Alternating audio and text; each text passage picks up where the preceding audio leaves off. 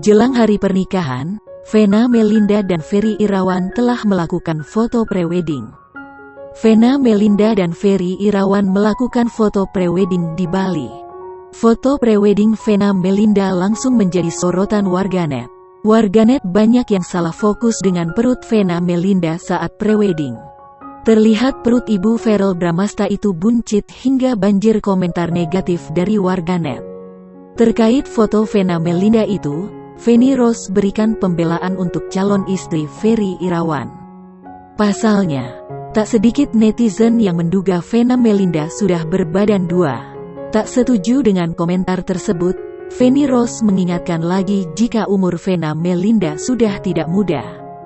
Pembawa acara 48 tahun ini merasa senasib sebab tahu persis sulitnya mengubah bentuk tubuh di usia yang tak lagi muda. Feni Rose juga menandaskan bentuk perut Vena terlihat besar lantaran mengenakan busana adat Bali yang memang ketat.